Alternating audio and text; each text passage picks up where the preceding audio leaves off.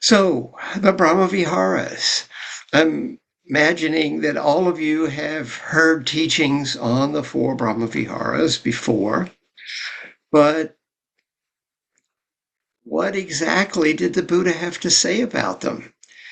Mostly what we get taught comes from later Buddhism, comes from perhaps the Visuddhimagga or the even later commentaries or modern teachings. Not to say that any of that is wrong. In fact, I think most of it's very helpful. It's just that what did the Buddha have to say? And so that's what we're going to take a look at today. So I'm going to share my screen. So the four Brahma Vihāras, mettā, karuṇā, muditā, upekkhā. All right. What exactly do these words mean? Well, we'll get to that. Brahma means divine, an inhabitant of the higher heavens, according to one definition in the Pali English Dictionary. Vihāra means abode. We can translate this as the four divine abodes. There are 38 suttas, or sometimes groups of suttas, that contain all four Brahma Vihāras. Okay, so mettā. Common translations: loving kindness, loving friendliness, love, friendliness, benevolence, goodwill, enmity, sympathy. The Pali English Dictionary, this is what it says: love, enmity, sympathy, friendly, active interest in others. There are various definitions and explanations of mettā. Okay.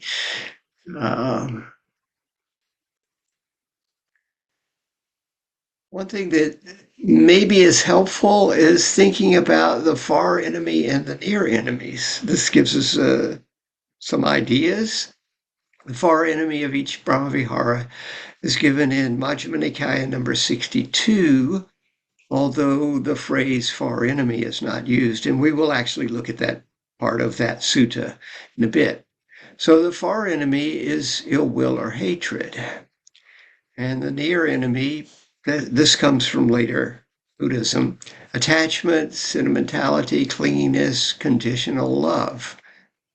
So the far enemy is the opposite. So what do you think of when you think of the opposite of ill will or hatred? That, to me, would kind of give me a clue as to what is meant by mettā. Right? My translation is unconditional love. Now, love is the opposite of hatred, but it's not just any form of love. I see bumper stickers occasionally that say, "I heart my new Ford." No, you don't love your car.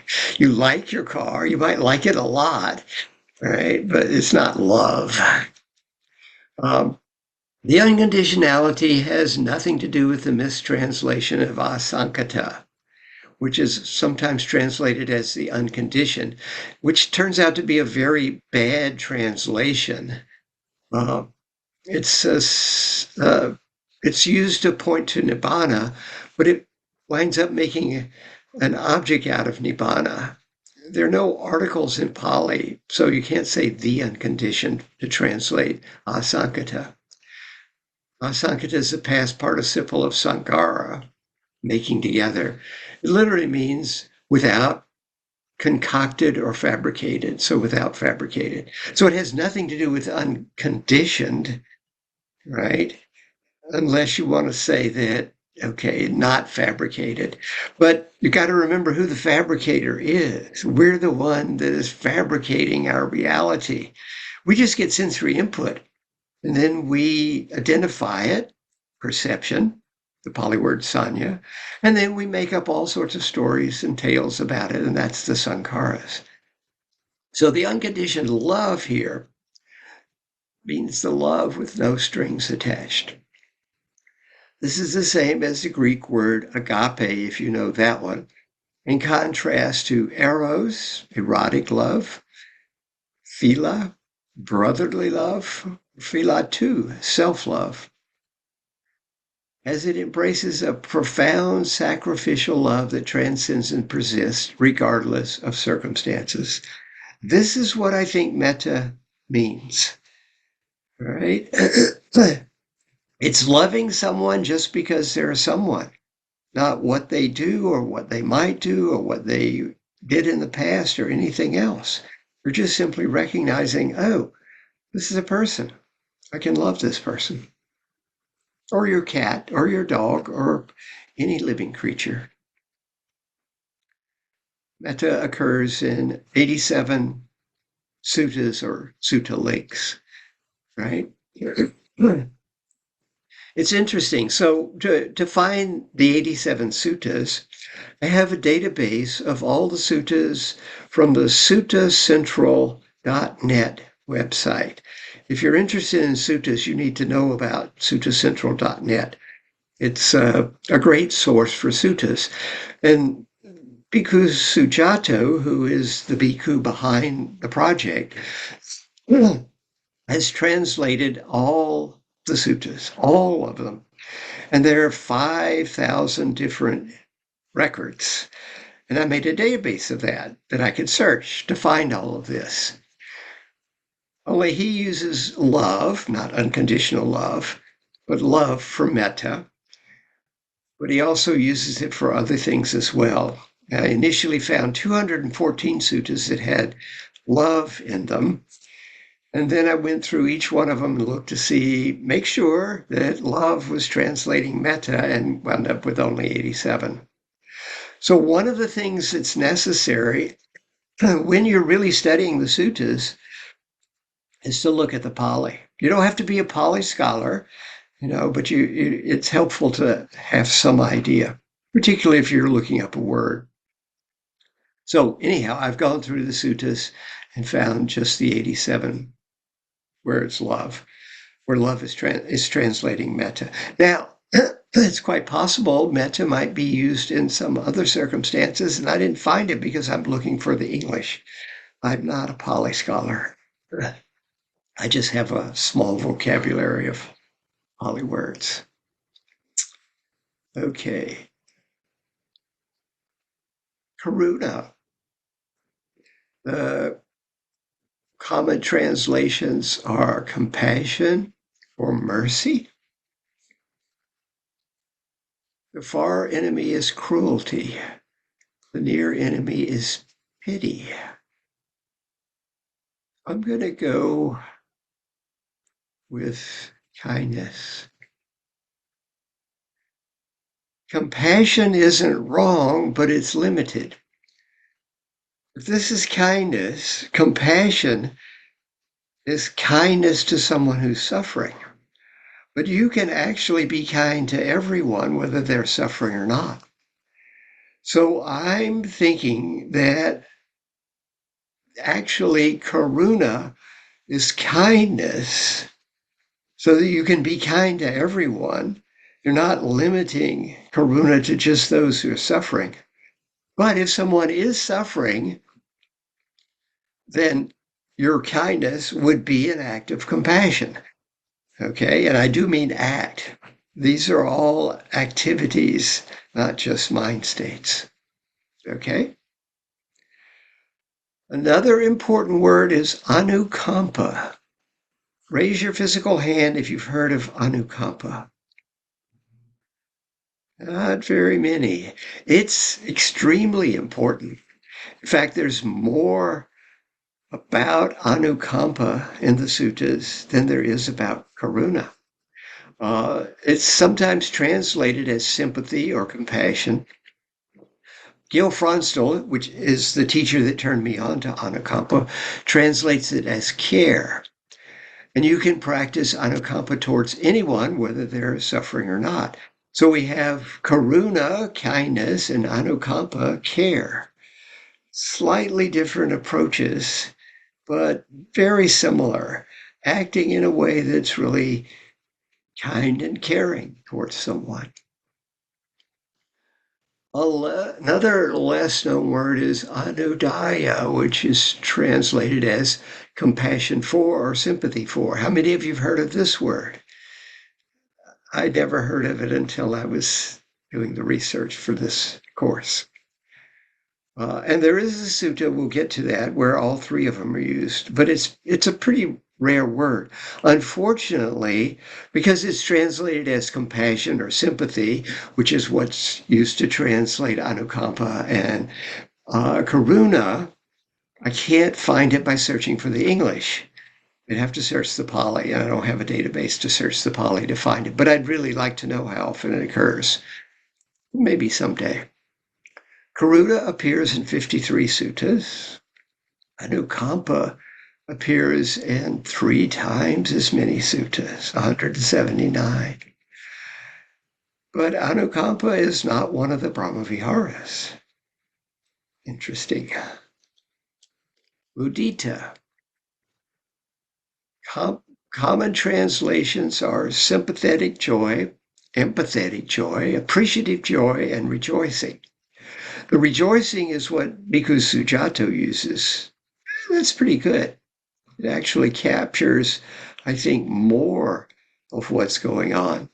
When I first heard of muditā, somebody translated it as sympathetic joy, which meant just as much to me as the word muditā. Nothing.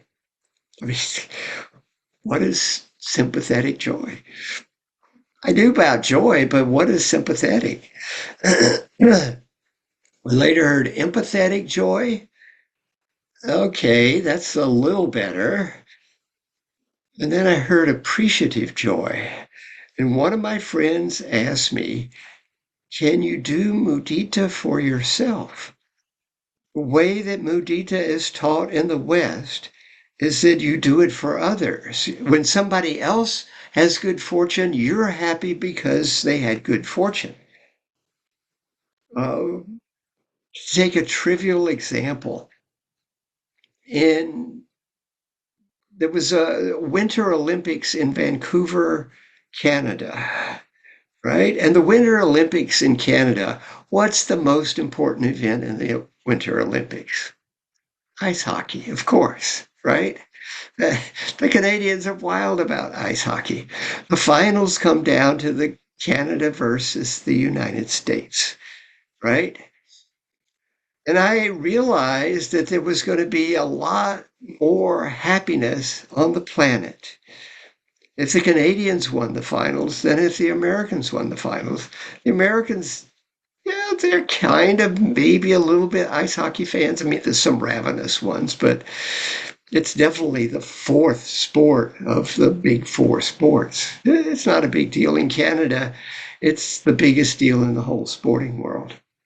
And so when Canada actually won in overtime with a Canadian hero scoring the winning goal, I could rejoice along with the Canadians. I didn't have to identify as an American. I had muditā for them. So, yeah, when there's good fortune, can you appreciate it? And when you have good fortune, can you appreciate it without getting lost in it, thinking that you're better because you had good fortune or anything like that? Okay, so that's why I want to go. The PED says soft-heartedness, kindness, sympathy. It's often in the triad mettā as active love, which was interesting. Karuṇā, preventative love, and muditā, disinterested love. Now, this is weird, but this shows up in a commentary to the Sutta Nipata. I don't trust the commentaries. The far enemy is envy, jealousy, schadenfreude, and discontent. The near enemy is identification. If your child comes home from school and has very good marks, you're happy, right? What if the neighbor's child comes home from school and has even better marks? Are you even happier? Or is there some identification there? Or When England wins the World Cup, which is coming up, right? England's going to win. You're going to be so happy, right? Because you've identified with a bunch of grown men playing a kid's game. That's not muditā, right? Now, if some other team wins and you're happy for the people of that country, that would be muditā. If you're happy for your fellow citizens, yeah, if England wins, then that's muditā. But if you're happy because you identified with the winning team, that's the near enemy. That's identification. And I translate it as appreciative joy. Although, as I said, I do like Sujato's rejoicing. As we'll see, there is a sutta that would indicate that's probably really a good way to think about it. Muditā occurs in 42 suttas. Now, if you do the math in your head real quick, 38 suttas that talk about all four. And so there are only 4 suttas where muditā shows up by itself. And we will take a look at those suttas, but probably won't get to that until tomorrow. Upekkhā. Common translations are equanimity or even-mindedness. The Pali English Dictionary, looking on, hedonic neutrality or indifference. Now, I struck out indifference because I think that's actually the near enemy. It's the 0 point between joy and sorrow. Disinterestedness, I'm not buying disinterestedness either. I think equanimity is always interested, but it's not getting caught up in it. Neutral feeling, okay, and equanimity. Sometimes it's equivalent of adukkam, asukham, without dukkha, without sukha, without suffering, without happiness. The Digital Pali Dictionary, looking on, mental poise, mental balance, equanimity, equipoise, non-reactivity, composure. I like these definitions as well. The DPD says, near upon sea, so looking on. So literally, equanimity is to look on and not get lost in, I think. So I'm assuming most people are going to translate upekkhā as equanimity. If you have another translation you want, you can stick it in the chat. But I'm going to go on. The far enemy is upset, freaked out, overexuberant, repulsion. The near enemy is apathy or indifference. So panic would be the complete opposite of equanimity. And when England wins the World Cup, going out and turning over garbage cans or setting cars on fire, breaking shop windows, that would be the opposite of equanimity as well. I remember coming back from a trip to Asia just as the Super Bowl was on, and the local football team in the San Francisco Bay Area where I live was in the Super Bowl, and they won. This was the second time they had won. The first time I went with my friends downtown San Francisco, and everybody's high-fiving strangers and having a great time. And I thought, can I do this again and be mindful of what I'm doing and not get lost in the exuberance? Can I be equanimous and yet still fully celebrate, which I managed to do? So after England wins the World Cup and you're out celebrating, see if you can do it with some equanimity. My translation would be equanimity. You want to guess how often equanimity shows up? I mean, if you looked real carefully, you might have noticed. These others, 87, 93, whatever, 228 times. But that includes references to upekkhā as a Brahma Vihāra, as a jhana factor. Both the third and fourth jhanas mention equanimity when they're talked about. And it's the last of the 7 factors of awakening. And there might be other references as well. So it's the most widespread usage of any of the Brahma Vihāras by more than double. And I've heard it said, this is the goal of practice, to arrive at an unshakable state of equanimity. It doesn't mean that you don't enjoy things. Equanimity is not dull. It's that you don't get knocked off balance. That if something great is happening, you fully enjoy it. And if something terrible is happening, yeah, you respond with kindness and compassion. So the longer discourse to Rahula. Rahula was the Buddha's son. And so the Buddha advises Rahula to meditate like the 5 elements. If you're not familiar with the 5 elements, you can look it up in my list there, because I have the suttas that give the 5 elements. On the 4 Brahma Vihāras, on ugliness and impermanence, and then practices 16 steps of mindfulness breathing. While meditating on each Brahma Vihāra, it overcomes the far enemy, although the phrase far enemy does not occur in the sutta. But here's what it says: meditate on mettā, for when you meditate on mettā, any ill will, hatred, and here's the Pali word, vyapada, will be given up. Vyapada, dislike, ill will, hatred, hostility, enmity, malevolence. Literally, going wrong. So if we take this as the opposite of mettā, for me, love or goodwill, if love, I know, is, some people have problem with the word, Western culture has some weird things. If you have problem with the word love for mettā, then maybe the opposite of ill will as goodwill would be better. Meditate on karuṇā, for when you meditate on karuṇā, any cruelty or viciousness, ahimsa, be given up. And that means harm, cruelty, viciousness, brutality. So the opposite of that appears to me to be kindness. So I'm going to take kindness, and if someone is suffering, kindness shows up as compassion. Meditate on muditā, for when you meditate on muditā, any discontent, dissatisfaction will be given up.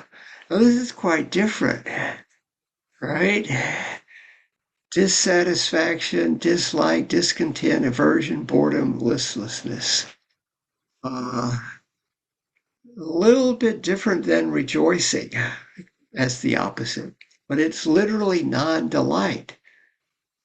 So maybe if we take the literal here, non-delight, and the opposite of that would be delight. So you're delighted by what has happened. I think this may be the best choice for muditā. Delight. Yeah, my team won. Okay, you're delighted, but are you identified? Their team won. And you can be delighted for their followers. That would be muditā. Meditate on upekkhā, for when you meditate on upekkhā, any repulsion, irritation will be given up. Patigo,